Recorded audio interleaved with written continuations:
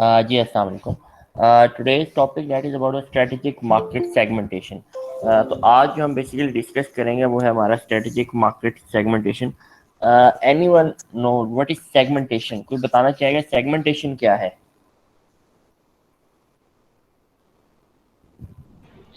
किसी चीज को छोटे हिस्सों में डिवाइड करना सेगमेंटेशन कहलाएगी। What would be the basis of that segmentation? हम किन बेसिस पे सेगमेंटेशन को डिवाइड करें? वो ठीक हो गया, हमने डिवाइड कर दिया into smaller parts, into smaller units, तो वो क्या बेसिस होंगी जिस बेसिस पे हम सेगमेंट कर रहे होंगे? सर वो जो सेम कैरेक्टरिस्टिक्स होती हैं सेम कैरेक्टरिस्टिक्स, ओके। इसके ऊपर हम जो है वो ग्रुप्स बना देते हैं, सेगमेंटाइज कर देते हैं। जो नहीं, जैसे अभी आपके दो फेलोज ने जवाब दिया कि हम जब स्ट्रेटेजिक मार्केट सेगमेंटेशन की बात कर रहे हैं, तो सेगमेंटेशन बेसिकली आता है कि जब हम मार्केट को डिवाइड करते हैं on the basis of similar characteristics, या इसको हम कह सकते हैं होमोजीनियस नीड्स एंड वांट्स। ठीक है, जब हम मार्केट को डिवाइड करेंगे on the basis of homogeneous need, उस मार्केट में जहाँ पे सबकी एक जैसी नीड्स एंड वांट्स होंगी, उसका हम एक ग्रुप बना देंगे, तो वो आ गया सेगमेंटेशन। फिर सेगमेंटेशन के बाद हम टारगेटिंग की तरफ जाते हैं, और टारगेटिंग के बाद हम जाते हैं पोजीशनिंग की तरफ। जब हमने मार्केट को सेगमेंट कर लिया, डिवाइड कर लिया on the basis of homogeneous needs and wants, फिर हम देखेंगे कि हमने उस सेगमेंटेशन में से कौन सी मार्केट को टारगेट करना है, कौन सा ऐसा सेगमेंट है जो हमारे लिए प्रॉफिटेबल है, जो सस्टेन भी करेगा, उसको हम टारगेट करेंगे। और फिर आफ्टर टारगेटिंग हम जाएंगे पोजीशनिंग की तरफ, कि जहाँ पे हम जाके अपने प्रोडक्ट सर्विस जो हम सर्विसेज देना चाह रहे हैं अपने कस्टमर को, उसके लिहाज से उसको पोजीशन करेंगे। पोजीशनिंग क्या है? That is the image of the product and service in the mind of the customer, कि आप क्या एक इमेज सेट करेंगे अपने कस्टमर के माइंड में। लाइक अगर हम बात करते हैं एप्पल की, तो एप्पल क्या है, वो कहता है कि इनोवेशन के ऊपर बेस्ड है, तो उसका एक इमेज क्या है कि वो कोई भी न्यू प्रोडक्ट लॉन्च करेंगे वो इनोवेशन के ऊपर होंगे। देन अगर हम बात करें हाइपर स्टार की, या हम बात करें केयर फोर की, ये तमाम वो आप रिटेल स्टोर्स हैं जहाँ पे आपको होलसेल प्राइस पे चीज़ें मिल रही होती हैं, तो वहाँ पे आपको इस लिहाज से वो अपने आप को पोजीशन कर रहे होते हैं।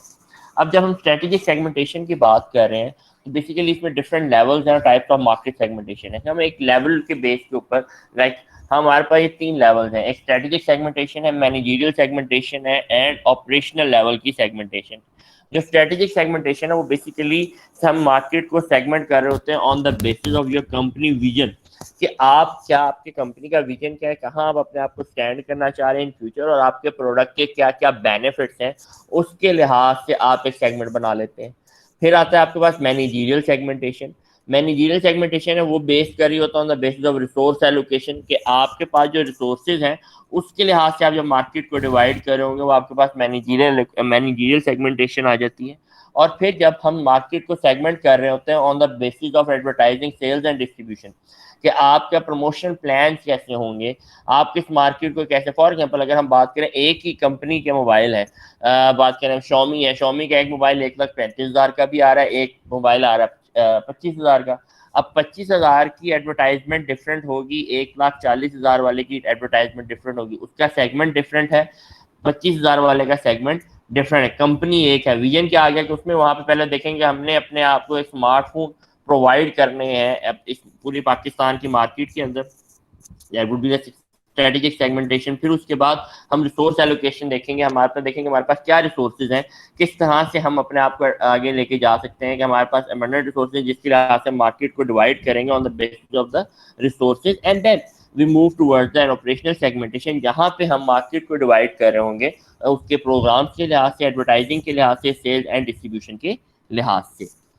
फिर स्ट्रेटेजिक सेगमेंटेशन जो है बेसिकली क्या है? That is a market driven strategy and segmentation. Market segmentation, value opportunities and new market space. सबसे पहले आप मार्केट को सेगमेंटेशन, जैसे मैंने सेगमेंटेशन की डिफाइन किया, कि आप सेगमेंटेशन को डिफाइन करते हैं ऑन द बेसिस, आप मार्केट डिवाइड करते हैं on the basis of homogeneous needs and wants. अब होमोजेनियस नीड्स एंड वांट्स के बाद आपके पास नेक्स्ट आता है वैल्यू अपॉर्चुनिटीज। आप क्या बेनिफिट्स प्रोवाइड करेंगे कस्टमर। फॉर एग्जांपल अगर एक कस्टमर पहले से सैमसंग का स्मार्टफोन यूज कर रहा है, वो शॉमी का, हवावे का, या कोई और वीवो का मोबाइल फोन क्यों यूज करेगा? वो उसके अंदर क्या ऐसी वैल्यू एडिशन कर रहे हैं जो सैमसंग या बाकी मोबाइल नहीं दे रहे। हो सकता है कि हमें कहते हैं एक तो प्राइस वेरिएंट आया ना कि प्राइस की वजह से लोग शायद स्विच करें, लेकिन हो सकता है the quality of the product, उसकी बैटरी टाइमिंग हो सकती है, प्लस उसके कैमरे का रिजल्ट हो सकता है कि जिसकी बेस पे कस्टमर जो है वो उसको प्रेफरेंस दे रहा होगा ऑन द बेसिस क्योंकि यहाँ से ये बेनिफिट्स मिले, दैट्स वाई वो प्रेफर कर रहा होगा उस प्रोडक्ट को। फिर आप उसके बाद न्यू मार्केट स्पेस आइडेंटिफाई करते हैं। आप आइडेंटिफाई करते हैं कौन सी ऐसी अनटैप्ड मार्केट्स हैं जो कि अभी तक किसी भी प्रोडक्ट एंड सर्विस ने वहाँ पे ऑपरेशन अपने आप को सर्विसेज को डिलीवर नहीं किया, प्रोडक्ट को डिलीवर नहीं किया, या वो उस एंड पे नहीं आया, तो आप वहाँ पे उस मार्केट में एंटर हो रहे हैं। और फिर उसके बाद आप टारगेटिंग करते हैं कि आपने उसको सिलेक्ट किया और वहाँ पे अपने रिसोर्सेज को एलोकेट किया, and then you make a strategic positioning कि यहाँ पे आप अपनी एक पोजीशनिंग सेट करते हैं in the mind of the customer, एक इमेज बिल्ड करते हैं in the mind of the customer कि that our product and services are unique and different from other players in the market.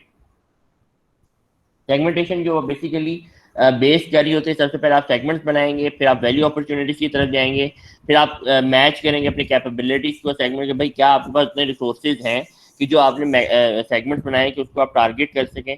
फिर आप positioning strategy की तरफ, for example जैसे मैंने अभी बात की कि कोई भी एक कंपनी है, फॉर एग्जांपल हम प्रॉक्टर एंड गैमल की बात कर रहे हैं, प्रॉक्टर एंड गैमल में अगर हम उसके प्रोडक्ट लाइन की बात करते हैं जिसमें वो शैम्पू प्रोवाइड कर रहे हैं, अब जो पेंटीन है वो भी प्रॉक्टर एंड गैमल का है, और हेड एंड शोल्डर है वो भी प्रॉक्टर एंड गैमल का ही है प्रोडक्ट, लेकिन उनकी वैल्यू अपॉर्चुनिटीज दोनों की डिफरेंट है।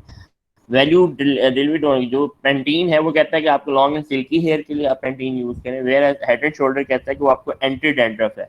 अब वो फिर देखेंगे, कंपनी देखेंगे कि क्या हमारे पास कितनी कैपेबिलिटीज है, कितने रिसोर्सेज हैं जिसके लिहाज से हम हर सेगमेंट को क्या मैच कर सकते हैं, जो कि हमने सेगमेंट्स बनाए हैं, जो हमने मार्केट को डिवाइड किया on the basis of their needs and wants, and then you targeting it.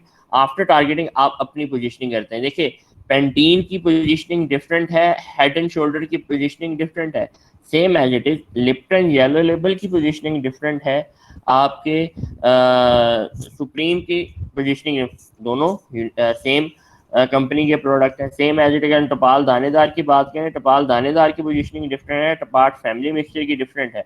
अब उसी लिहाज से आप अपनी मार्केट को डिफाइन करने के बाद आप अपने प्रोडक्ट एंड सर्विस की पोजीशनिंग कर रहे होते हैं in the mind of the customer.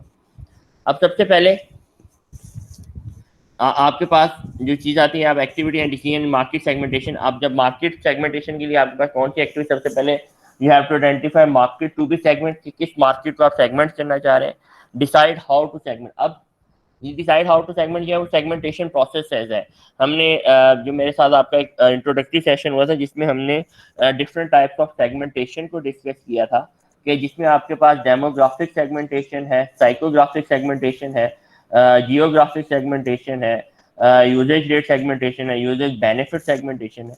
अब उसके लिहाज से हम सेगमेंट को डिफाइन करेंगे कि हमने कैसे सेगमेंट बनाने हैं, कि हम on the basis of demographic बनाएंगे, या on the basis of geographic बनाएंगे, या on the basis of psychographic बनाएंगे, या on the basis of usage rate और यूजेज बेनिफिट। फिर जब हमने सेगमेंटेशन बना लिया, फिर हम उसके लिहाज से स्ट्रेटजीज को डेवलप करके फिर हम एनालाइज करेंगे कि जो हमने सेगमेंट बनाया है क्या वो हमारे लिए इतना फ्रूटफुल है कि वो आगे हमारे लिए चल सस्टेन करेगा, क्या हमें वो प्रॉफिट भी जनरेट करके देगा, जितने हम एक्सपेंस उस सेगमेंट के ऊपर लगाएंगे क्या इन रिटर्न हमें उतना मिलेगा भी सेगमेंट में से या नहीं। तो आप उस चीज़ों को आइडेंटिफाई करते हैं while strategic analysis of the segment, की जहाँ पे आप देखते हैं कि वो हमारे लिए फ्यूचर में कितना फ्रूटफुल है वो सेगमेंट। फिर नेक्स्ट है defining the market to be segment. अब कैसे सेगमेंट को हम डिफाइन कर रहे हैं on the basis of the product, variant segmentation है, प्रोडक्ट टाइप सेगमेंटेशन है, एंड जेनेरिक सेगमेंटेशन है। जैसे मैंने पहले बात की, आपने जेनेरिकली सेगमेंट बना लिया कि जी हमने मोबाइल इंडस्ट्री में जाना है। अब मोबाइल में आपके पास क्या आ जाते हैं, या स्मार्टफोन इंडस्ट्री में आ जाते हैं, तो आप कहते हैं कि हमारे पास टैब्स भी हैं और हमारे पास सिंपल स्मार्टफोन भी हैं। फिर उसमें आप वो आपके प्रोडक्ट टाइप सेगमेंटेशन आएगी, और प्रोडक्ट वेरिएंट में कि आप कितने वेरिएंट प्रोवाइड करें इन द मार्केट। जैसे मैंने भी बात की Xiaomi के आपके पास मोबाइल जो अवेलेबल है, वेट फॉर 1 मिनट ताकि जो डिफरेंट बाकी स्टूडेंट्स हैं मैं उनको ऐड कर दूँ जरा।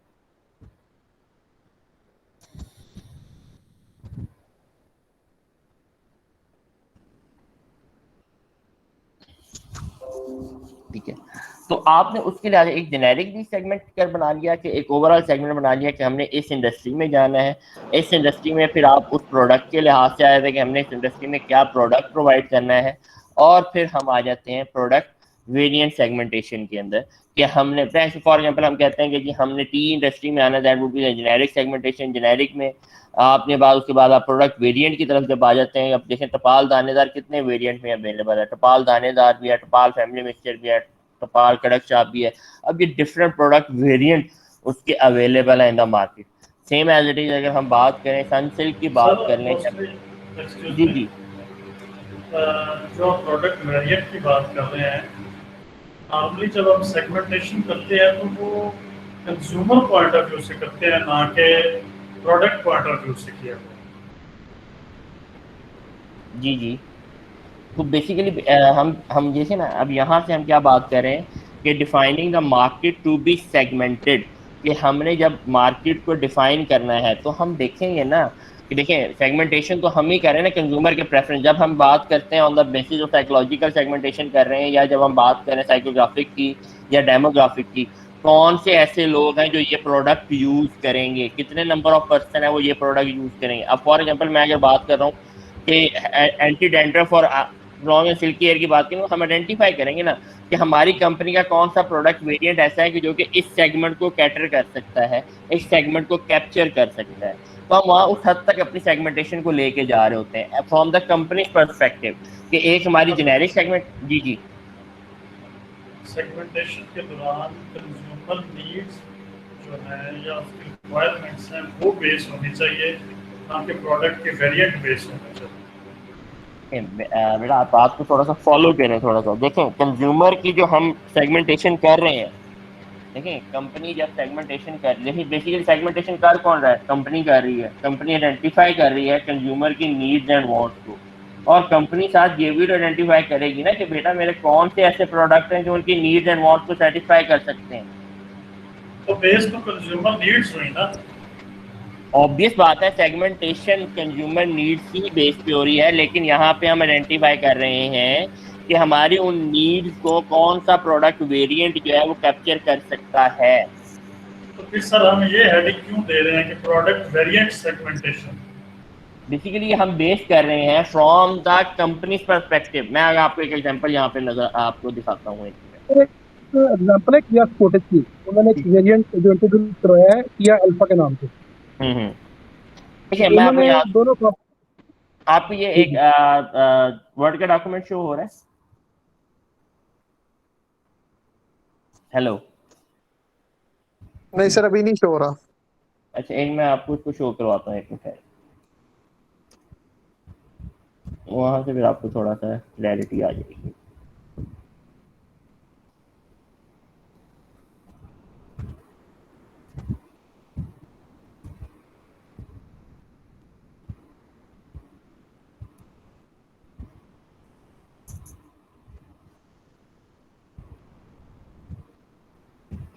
अच्छा अब आपको शो हो रहा है?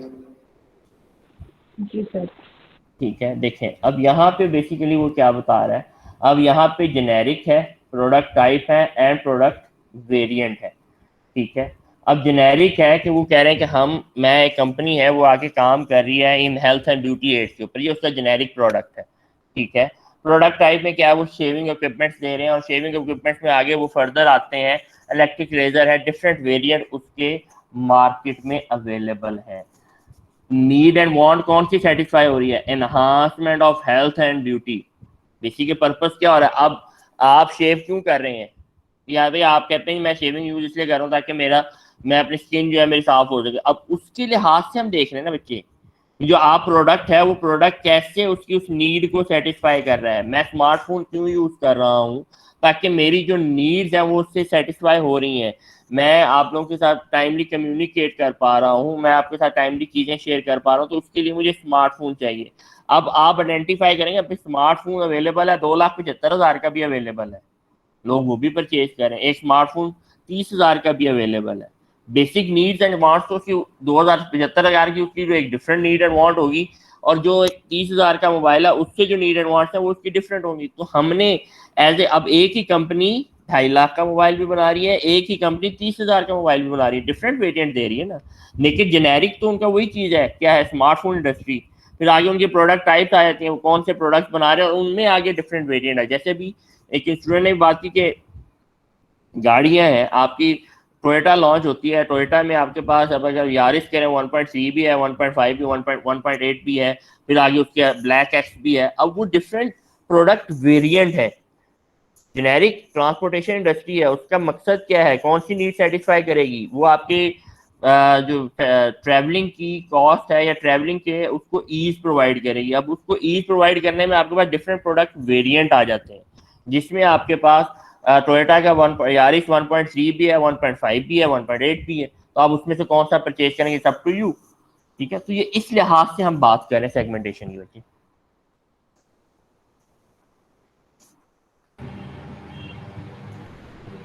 जी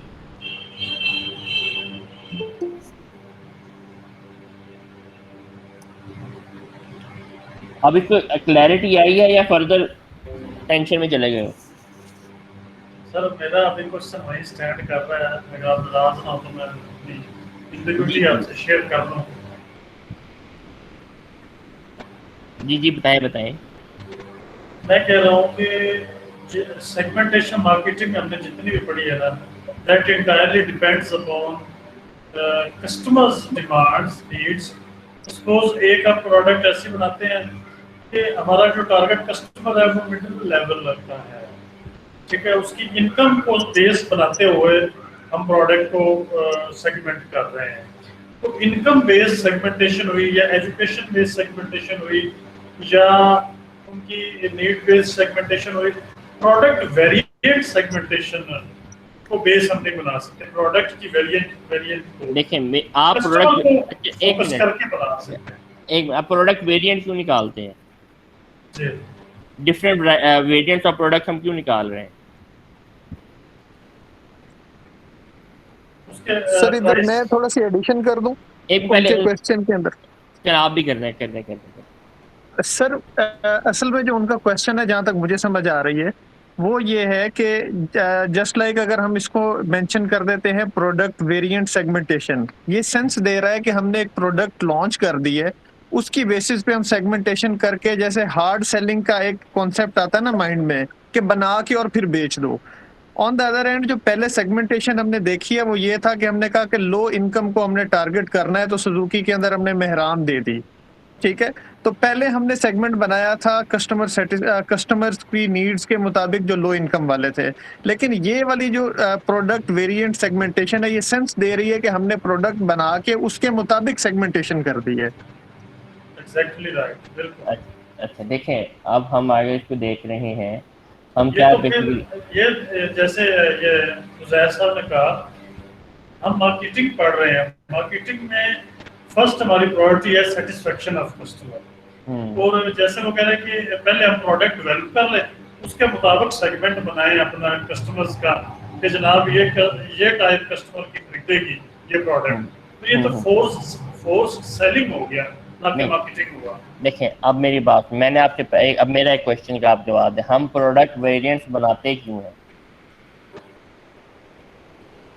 प्रोडक्ट वेरिएंट से पहले कस्टमर की नीड्स को देखा जाए, उसके मुताबिक प्रोडक्ट वेरिएंट डेवलप होने चाहिए। इसको जरा टॉपिक को समझे, हम क्या पढ़ना है, हम समझ रहे हैं defining the market to be segment. हम यहाँ पे मार्केट को डिफाइन कर रहे हैं, जिसको हमने सेगमेंट किया है, सेगमेंट करने के बाद हम देख रहे हैं कि हमने सेगमेंट में देखना है कि अगर एक कंपनी एक प्रोडक्ट लाइन के अंदर आ रही है तो वो देखेगी कि मेरे पास प्रोडक्ट टाइप कौन सा है, किस टाइप ऑफ प्रोडक्ट को मैं प्रोवाइड कर रहा हूँ और उसमें मैं कितने वेरिएंट दे रहा हूँ टुवर्ड्स द कस्टमर, ताकि मैं उसको उतना ही जस्टिफाई कर सकूँ, उसकी वो नीड्स जो है। देखिए आप वेरिएंट उसी वक्त निकालेंगे ना जब मार्केट में उसकी नीड्स एंड वांट्स होगी। मैं अगर मैं यहाँ बेटा वही आपसे बात समझाने की कोशिश कर रहा हूँ कि ये हम कंपनी पर्सपेक्टिव देख रहे हैं कि हम क्या प्रोडक्ट, हम किस कंपनी एज देखें। मैंने ऊपर बात की कि हम सबसे पहले स्ट्रेटेजिक सेगमेंटेशन देख रहे हैं, मैनेजरियल देखते हैं, फिर हम चलते हैं अपने ऑपरेशनल लेवल के ऊपर। अब स्ट्रेटेजिक है, कंपनी का विजन क्या है, ठीक है, उस विजन के लिहाज से हम अपने आप को लेके मार्केट में प्रिवेल्स करते हैं। हम नीड्स एंड वांट्स को आइडेंटिफाई करते हैं, वो सेगमेंटेशन आ गई जहाँ पे हमने नीड्स एंड वांट्स को आइडेंटिफाई कर लिया कि कस्टमर की ये नीड्स एंड वांट्स हैं। अब उन नीड्स एंड वांट्स को हम मैच कर रहे होते हैं विद आवर प्रोडक्ट वेरिएंट। उसके लिहाज से हम देखते हैं कि ये प्रोडक्ट कौन सा ऐसा प्रोडक्ट है जो इन नीड्स एंड, मैंने वही बात की, एक ही कंपनी 1,40,000 का मोबाइल लॉन्च कर रही है, वही कंपनी एक 30,000 का मोबाइल भी लॉन्च कर रही है। 30,000 वाला मोबाइल, अब वो डिफरेंट प्रोडक्ट वेरिएंट आ रहे हैं, ये उसके लिहाज से मैंने कहा कि ये जो मेरा प्रोडक्ट है, फॉर एग्जाम्पल मैं बात करता हूँ आईफोन 12 प्रो मैक्स है, उसकी मार्केट डिफरेंट है, ठीक है। अगर S20 की मार्केट डिफरेंट है, फिर मैं अगर बात करूँ A02 भी तो आ रहा है ना, A72 भी आ रहा है, A52 भी आ रहा है। अब इतने वेरिएंट्स क्यों, एक कंपनी एक ही मोबाइल बनाती, मार्केट में भेज देती। मार्केट में different needs and wants prevails कर रही हैं, उन्हीं नीड्स एंड वांट्स के लिहाज से आप डिफरेंट वेरिएंट प्रोवाइड कर रहे हैं अपनी मार्केट के अंदर, तो आप उस लिहाज से चीज़ों को जस्टिफाई कर रहे हो। तो ये बेसिकली कंपनी पर्सपेक्टिव आ रहा है कि जो एक कंपनी जब अपनी सेगमेंटेशन कर रही होती है, वो पहले जेनेरिक टर्म में कर रही होती है, वो देखती है कि अच्छा जी जेनेरिकली हम क्या चीज़ प्रोवाइड कर रहे हैं, हम स्मार्टफोन प्रोवाइड कर रहे हैं, और पर्पस क्या है, कौन सी नीड को हमने सेटिस्फाई करना है कस्टमर की, हमने उसकी नीड को सेटिस्फाई करना है कि उसकी जो कम्युनिकेशन की जो उसकी रिक्वायरमेंट्स हैं वो हमने फुलफिल करनी है। फिर हमने देखा स्मार्टफोन इंडस्ट्री में आए तो हमारे पास कितने टाइप ऑफ प्रोडक्ट अवेलेबल हैं, हमने कहा हमारे पास टैब्स भी हैं, हमारे पास डिफरेंट और भी हैं, फॉर एग्जाम्पल लिनोवो की बात करें, टैब भी दे रहा है, लैपटॉप भी दे रहा है, स्मार्टफोन भी दे रहा है। फिर उसने देखा कि आगे फर्दर मैं टैब्स में देखता हूँ तो उसमें कितने वेरिएंट्स प्रोवाइड कर रहा हूँ, स्मार्टफोन में कितने वेरिएंट्स प्रोवाइड कर रहा हूँ, वेरिएंट्स को देखता हूँ, यानी कि कस्टमर की नीड्स एंड वांट्स को देखते हुए हम वेरिएंट्स आइडेंटिफाई कर रहे होते हैं। तो ये कंपनी पर्सपेक्टिव आ रहा है कि हम जब मार्केट में अपने प्रोडक्ट को लॉन्च कर रहे हैं तो उन चीज़ों को कैसे देखते हैं।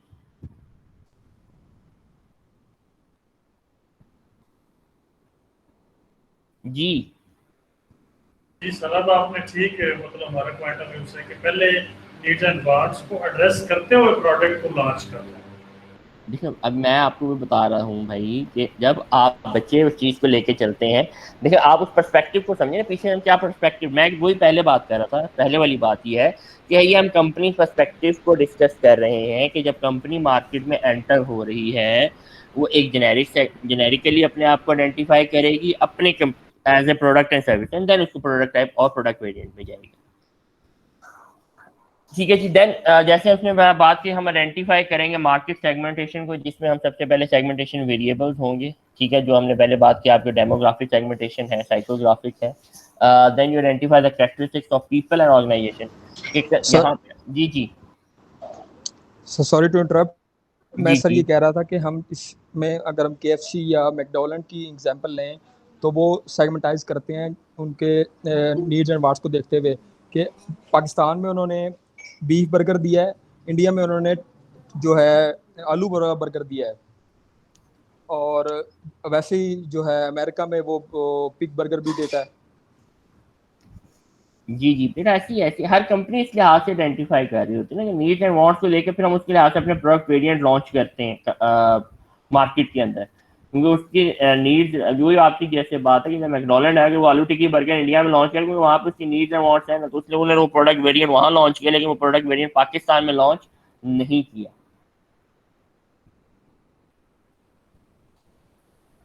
देन उसके बाद हम देखते हैं कि आपकी कंज्यूमर मार्केट जहाँ पे आप सर्व कर रहे हैं, कंज्यूमर का क्या बिहेवियर है, ऑर्गेनाइजेशन कितने नंबर ऑफ कंपेटिटर्स वहाँ पे हैं, प्रोडक्ट यूजर सिचुएशन के लिहाज से सेगमेंटेशन हो रही होती है कि किस प्रोडक्ट को किस टाइम पे कितनी फ्रिक्वेंसी ऑफ टाइम पे यूज़ किया जा रहा है। Then you have to identify the buyer needs and preferences, consumer needs, attitudes का परसेप्शन, या purchase behaviour.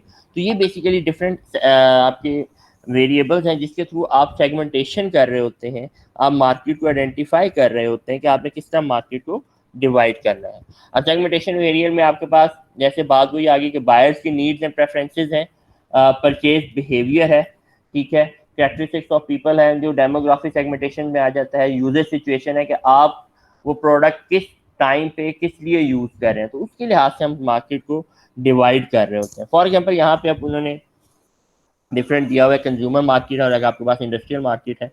Characteristics of people में हम देखते हैं उसका डेमोग्राफी में जैसे में age, gender, income, family size, life cycle, geography location, life style, user situation में ओकेजन है, इंपॉर्टेंस ऑफ परचेज है, prior experience with the product है, यूजर स्टेटस है, बायर नीड में आपका ब्रांड प्रेफरेंसेस है, बेनिफिट्स शॉर्ट है, क्वालिटी आपके पास है, देन परचेज बिहेवियर में आप कितना और फ्रीक्वेंसी ऑफ परचेज करें। Same as from the industrial, जब हम ऑर्गेनाइजेशन की बात करेंगे तो वहाँ पे जब इंडस्ट्री को जब हम सेगमेंटेशन का टाइप ऑफ इंडस्ट्री क्या है, कहाँ पे वो लोकेट कर रही है, उसकी वो जो मॉडिफाइड एप्लीकेशन क्या है, उसके परचेजिंग प्रोसीजर क्या है, न्यू टास्क या फर्स्ट टाइम परचेज कर रहे हैं, या मॉडिफाइड रीबाय है कि वो अपनी जो परचेज है उसको चेंज कर रहे हैं, अपने जो प्रोडक्ट की जो उनकी रिक्वायरमेंट है उसको चेंज कर रहे हैं, या वो स्ट्रेट रिबाय है जो पहले से परचेज कर रहे थे एज इट इज़ वैसा ही प्रोडक्ट आपसे परचेज कर रहे हैं। तो ये बेसिकली हमारे पास आता है कंज्यूमर में, जब हम डिफाइन करेंगे उसके लिहाज से हम कैसे मार्केट को डिवाइड करेंगे, सेगमेंट करेंगे,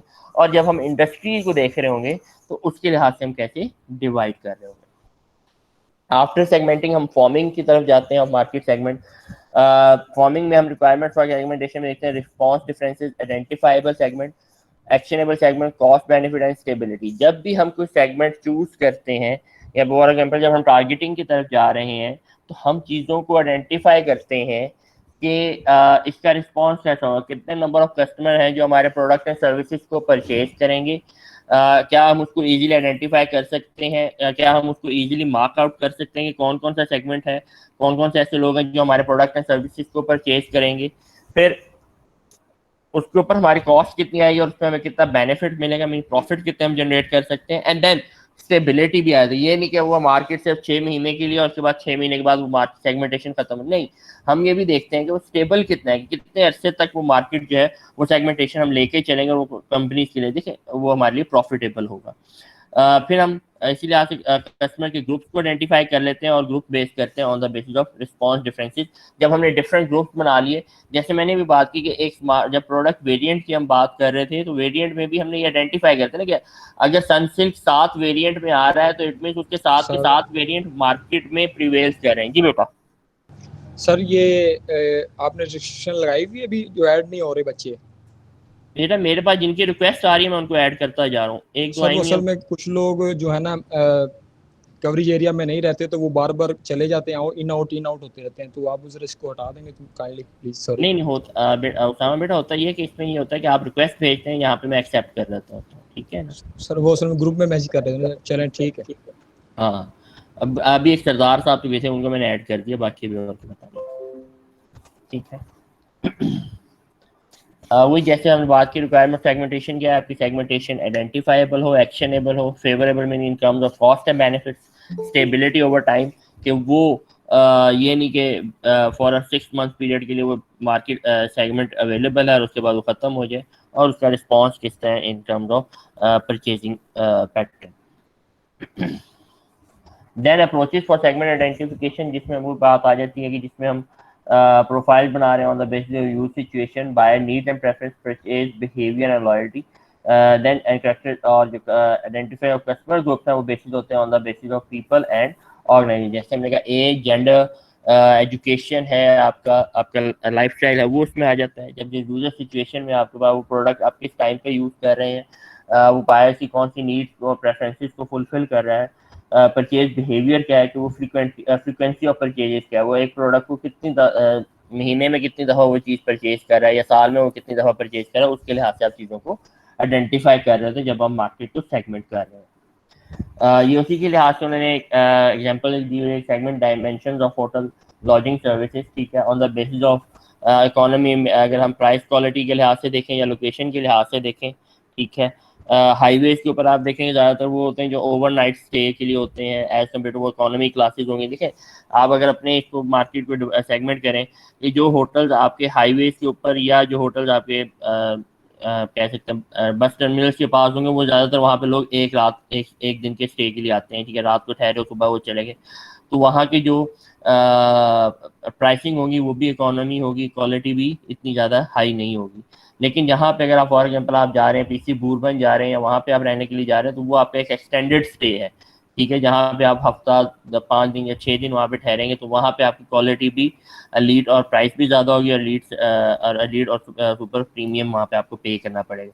तो बेसिकली ये भी आ गया कि आप एक चीज़ को किस लिए, किस जगह, लोकेशन को किस पर्पज़ के लिए यूज़ कर रहे हैं, उसके लिहाज से आप उसकी प्राइस एंड क्वालिटी को डिटरमाइन कर रहे होते हैं। That is an also an example of gasoline buyers. ठीक है, रोड वॉरियर्स हैं, ट्रू ब्लूज है। अब बेसिकली हमने यहाँ से, अब ये उन्होंने किस्म के कस्टमर्स के प्रोफाइल्स के लिहाज से बना दिया। फॉर एग्जांपल अगर हम रोड वॉरियर्स की बात करें तो हमने कहा जी वो लोग हैं जो हायर इनकम है, मिडिल एज मैन है, जो ड्राइव करते हैं around 25 to 50,000 miles a year, buy premium with a credit card purchase sandwiches and drinks from the convenience store, will sometimes use car wash. तो ये 60% ऑफ बायर्स हैं। अब ये क्या हो गया, हमने बायर गैसोलीन बायर्स के लिहाज से हम यानी कि एक पेट्रोल पंप वालों ने उसको आइडेंटिफाई कर लिया कौन से ऐसे लोग हैं जो इस कैटेगरी में आ रहे हैं। जो प्राइस शॉपर्स होंगे वो not loyal to the brand और station and rarely buy premium frequently on tight budget. ठीक है, वो 20% ऑफ द बायर्स हैं। होम बॉडीज कौन से, usually housewife who schedule children around during the day and use whatever gas station is based on the town on route of travel. तो ये इस लिहाज से हम अपने आप को आइडेंटिफाई, यानी कि अगर आप एक पेट्रोल पंप भी स्टार्ट करें तो वहाँ पे आप आइडेंटिफाई करेंगे कौन से ऐसे लोग हैं कि जो कहेंगे कि हमने स्पेसिफिकली इसी पेट्रोल पंप से हमने पेट्रोल डलवाना है। कुछ होंगे ठीक है यार हमारे रास्ते में पड़ता है इसलिए हम यहाँ से डलवा रहे हैं, कुछ लोग होंगे चलो यार ठीक है कभी कभी वहाँ से। तो आप उस लिहाज से कस्टमर्स को अपने प्रोफाइल्स आइडेंटिफाई करते हैं कितने % ऑफ सेल जो हमारी बेस कर रही है। तो बेसिकली अब सेगमेंटेशन हमारे पास डिफरेंट वेज में हमारे पास आ गई, बल्कि मैं आपके साथ एक और डॉक्यूमेंट भी शेयर करूंगा जिसमें उन्होंने 72 ग्रुप्स बनाए हुए हैं कस्टमर्स के, कि कस्टमर्स को जब हम डिवाइड कर रहे होते हैं हम इनटू 72 ग्रुप्स में डिवाइड कर सकते हैं। तो आपको उसमें जो असाइनमेंट होगी वो भी इसी से रेलेवेंट होगी कि आपने सेगमेंटेशन करनी है, उसके लिहाज से आपने स्टडी करना है कि इस सेगमेंट में कौन कौन से लोग फॉल कर रहे हैं on your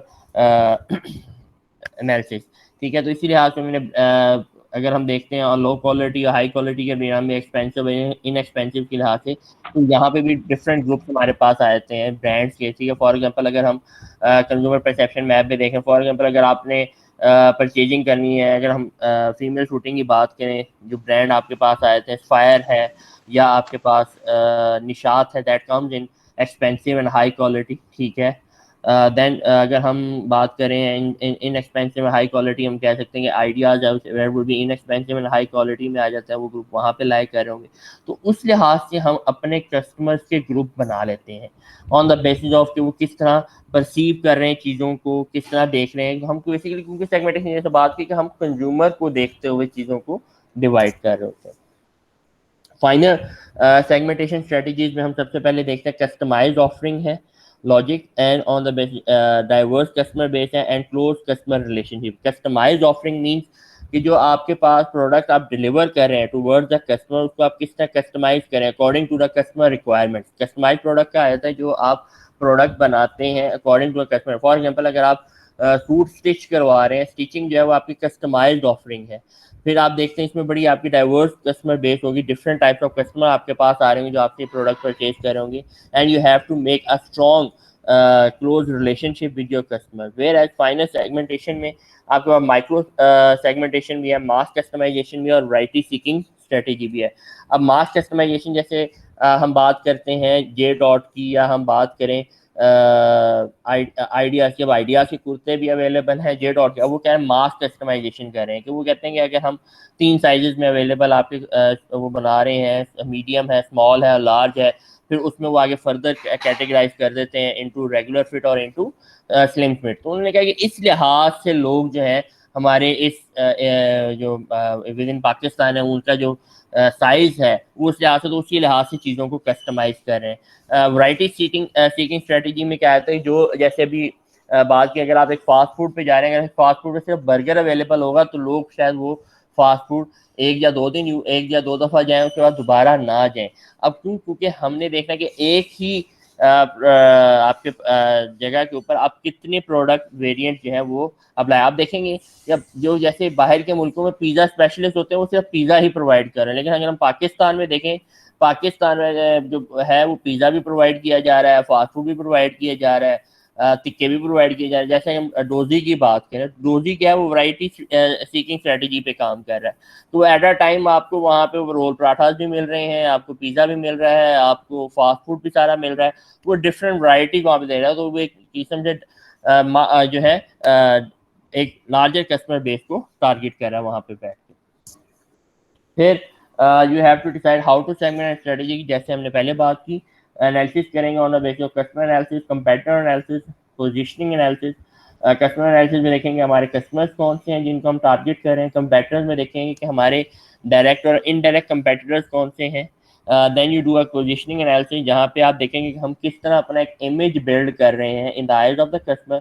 you have to identify and then you have to estimate कि आपका सेगमेंट कितना अट्रैक्टिव है, कितना वो प्रॉफिटेबल है, कितना सस्टेनेबल है, कितना स्टेबल है। You have to identify and then you have to do a segmentation fit. Fit mean कि जो आपके लिए बेनिफिशियल होगा वो टारगेट, वो सेगमेंट जो कि आपके लिए प्रॉफिटेबल होगा, उसको आप टारगेट करेंगे और उससे आप इम्प्लीमेंट करेंगे। इसी के लिहाज से आपके पास वो आ गया कि एनालिसिस में हम customer analysis, competitor analysis, positioning analysis, financial and market attractiveness कि हमें वो कितना प्रॉफिट जनरेट करके देगा। लास्ट स्लाइड अगर उसमें देखें कि अगर हम फिट कैसे आइडेंटिफाई करेंगे, मींस आपके पास एक इंटरनल कंपैटिबिलिटी है, मार्केट सेगमेंट अट्रैक्टिवनेस अगर वो हाई है और आपकी इंटरनल कैपेबिलिटी भी है तो attractive segment at match with the company's capabilities. क्योंकि यहाँ पे आपकी कैपेबिलिटी जो है वो मैच हो रही है विद जो मार्केट सेगमेंट अट्रैक्टिवनेस। अगर आप लो है, मार्केट तो सेगमेंट तो अट्रैक्टिव है but you have poor match with the company capabilities,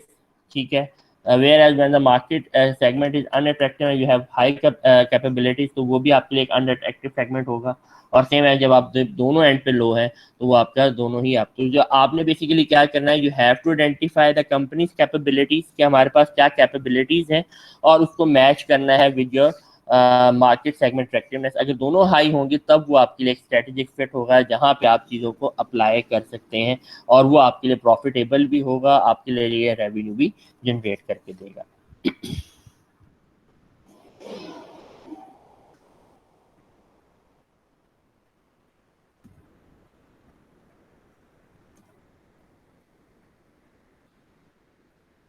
आपको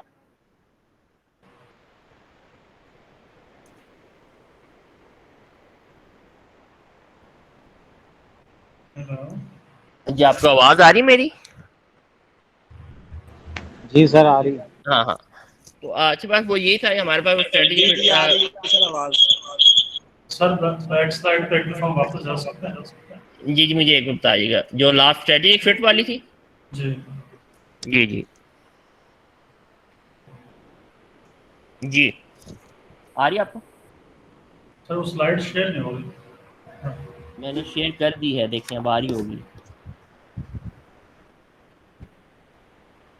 जी सर आपने इसमें कहा कि जिनका अट्रैक्टिवनेस भी हाई हो और कंपैटिबिलिटी भी हाई हो, इंटरनल कंपैटिबिलिटी, जी वो हमारी सेगमेंट ज़्यादा सूटेबल है, ऐसे ही फिट आप, हाँ जी, सेगमेंट स्ट्रेटेजिक फिट आपका उसमें आ जाए, अचीव इजीली अचीव हो सकता है। तो सपोज सर अगर हमारा कोई ऐसा राइवल है जो ऐसे प्रोडक्ट दे रहा है जिसको हमने कम्पीट करना है, लेकिन वो हमारे लिए हाई कॉस्टली है, लेकिन एक सेगमेंट ऐसा स्पेसिफिक है जिसको हमने हर सूरत एड्रेस करना है, तो वो हम किस तरह एक निकालेंगे इसका पोजीशन? देखिए पहली बात तो वही आ गई, अब आप एक ऐसे सेगमेंट को टारगेट कर रहे हैं जहाँ पे देखें अगर आपके पास कैपेबिलिटीज ही नहीं है, आपके पास रिसोर्सेज, देखें चीज़ को हमने अपने रिसोर्सेज के साथ भी तो मैच करना है ना बच्चे। अब हमारे पास अगर रिसोर्सेज नहीं है तो हम उस चीज़ को कैसे मैच करेंगे? नो डाउट वो एक चीज़ मार्केट में इन है, लेकिन हम उसके लिए with the passage of time हम उसको, ये हमारे पास अभी वो फिट हमारे पास नहीं आएगा क्योंकि हम उसको अभी रनिंग में नहीं ला सकते, क्योंकि उसके लिए हमारी कॉस्ट जो है वो इंक्रीज कर जाएगी और कॉस्ट के हमारे पास रिसोर्सेज ही नहीं है तो हम कैसे उसको कर सकेंगे? सर हमने एक कंसेप्ट पढ़ा था इंटरनेशनल ट्रेड में कि कुछ कंट्रीज ऐसी होती हैं जो किसी कंट्री को कैप्चर करने के लिए अपनी कॉस्ट से भी कम उसकी प्राइस रख देते हैं कि हमने उस कंट्री की मार्केट को कैप्चर करना है हर सूरत। बेसिकली वो जब हम बात कर रहे होते हैं वो होती है आपकी स्ट्रेटेजी आती है मार्केट पेनिट्रेशन की, ठीक है। वो मार्केट पेनिट्रेशन भी बेटा उसी वक्त होगी जब आपके पास इतने रिसोर्सेज होंगे कि आप अगर कॉस्ट से भी कम अपनी प्राइस रख रहे हैं। मीन्स अगर आपकी कॉस्ट आ रही है 20 रुपये और आप चीज़ बेच रहे हैं 15 रुपये की, तो बेसिकली क्या होता है कि हम वो मार्केट पेनिट्रेशन एक स्ट्रेटेजी होती है जिसको हम यूज़ कर रहे होते हैं अपनी प्राइसिंग स्ट्रेटेजी के अंदर, ताकि हम उस मार्केट में एंटर हों और वहाँ पे हम मार्केट शेयर को कैप्चर करें। मैं इसके आपको एग्जांपल देता हूँ, जैसे पाकिस्तान के अंदर एक एवरीडे जो था लिक्विड फॉर्म में भी अवेलेबल था, तरंग वालों ने मार्केट में लॉन्च किया। एवरीडे की जो प्राइस थी वो 13 रुपये थी जब मार्केट में लॉन्च पहले से अवेलेबल था, और तरंग जब आया उसने अपनी प्राइस रखी 11 रुपये, यानी कि 2 रुपये कम रखी आपके एवरीडे यूएसडी से। उससे क्या हुआ, लोगों की प्रेफरेंसेस चेंज हुई, लोगों ने कहा ठीक है कि हम जाएंगे एवरीडे तरंग की तरफ और तरंग को परचेज करेंगे। पेनिट्रेट किया, मार्केट शेयर को इंक्रीज किया। अब सेटबैक क्या आया, जब भी कोई एक एस्टेब्लिश कंपनी या एग्जिस्टिंग कंपनी अपनी प्राइसेस को कम करे with reference to their competitor, तो इट मीन्स कि कंपनी वहां पे अपने मार्केट शेयर को लूज करी। तो एवरीडे ने क्या किया, उन्होंने अपनी प्राइसिंग को कम करके 11 पे ले आए, लेकिन क्या हुआ, वो अब उस तरह से उस मार्केट को कैप्चर ना कर से, अब वो फिर किसको फॉलो करना शुरू हो गए, वो तरंग को फॉलो करना शुरू हो गया। तरंग ने प्राइसेस 12 की तो फिर उन्होंने 12 कर दी। अब इससे क्या हुआ कि तरंग तो मार्केट में एंटर हो गया और उसने मार्केट को कैप्चर भी कर लिया और वहां से वाइप आउट कर दिया एवरीडे को इन terms of USD, in term of liquid milk. तो बेसिकली ये बेस कर रहा है आपके रिसोर्सेज के ऊपर कि अगर आपके पास इतने रिसोर्सेज हैं कि आप उस चीज़ को स्टेबलाइज कर सकते हैं, फिर तो आप जा सकते हैं। लेकिन यहाँ पे वही बात आ रही कि जो लो क्यों है, क्योंकि जब आपके पास इंटरनल कैपेबिलिटीज ही नहीं है, कि आपके पास जो पुअर मैच आपकी कंपनी कैपेबिलिटीज उस चीज़ के साथ मैच ही नहीं कर रही, तो आप कैसे उसको लेके जाओगे। कंपनीज रिसोर्सेज मैटर करते हैं। इट मींस कि सेगमेंट की अट्रैक्टिवनेस हर दफा दोनों हाई होने पे जरूरी नहीं है। हाँ देखिए, अगर आप बात वही आ गई ना कि अगर आपके पास मार्केट अट्रैक्टिव है और आपके पास, देखिए जी मैं बात है, आपने अगर आपके मार्केट अट्रैक्टिव और आपके पास रिसोर्सेज नहीं है, तो मैं फॉर एग्जाम्पल बात करूँ कि इस टाइम बहावलपुर के अंदर एक और यूनिवर्सिटी बनाई जा सकती है, अट्रैक्टिव मार्केट है। मैं कहता हूँ मैं बनाना चाहता हूँ, मैं कह रहा हूँ मेरे पास कॉलेज है, मैं यूनिवर्सिटी की तरफ जाना चाहता हूँ, लेकिन मेरे पास अभी इतनी कैपेबिलिटीज नहीं है कि मैं यूनिवर्सिटी का सेटअप बहावलपुर में लेके आ सकूँ। सेगमेंट अट्रैक्टिव है, सेगमेंट यहाँ पे सस्टेनेबल है, प्रॉफिटेबल है, लेकिन मेरे पास वो रिसोर्सेज नहीं है, ठीक है ना। तो वो आप उन चीज़ों को, फॉर एग्जाम्पल अगर बहावलपुर की डोजे की बात करें, डोजे क्या, ठीक है जी, मैं इस टाइम एंटर हूँ फास्ट फूड में और मैं प्रोवाइड करूँ, एक मेरे पास 4 स्टार या 5 स्टार होटल या रेस्टोरेंट बनाना चाहिए, सेगमेंट हो सकता है वहाँ पे अट्रैक्टिव हो, या हम जाएंगे एक अच्छा रेस्टोरेंट जो है वहाँ पे एक होना चाहिए जो अभी नहीं है, अट्रैक्टिव है। लेकिन क्या डोजी का जो ऑनर है उसके पास इतनी कैपेबिलिटी, उस कंपनी के पास इतनी कैपेबिलिटीज हैं कि वो चीज़ लेके आ सके, वो हमने चीज़ को आइडेंटिफाई करना होता है। इंटरनल कैपेबिलिटीज बड़े काउंट करें, क्योंकि वो आपकी स्ट्रेंथ एंड वीकनेसेस हैं, आपकी क्या स्ट्रेंथ है क्या वीकनेसेस हैं, you have to identify it and then you make target that segment on the basis of your strength and weaknesses. Okay जी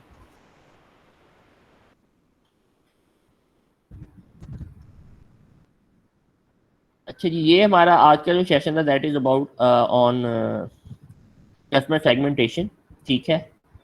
तो इसके जो है मैं आपके पास जो वीडियो लेक्चर है वो भी इंशाल्लाह आपके साथ शेयर कर दूंगा, ताकि वो बल्कि मैं इसकी ना आपको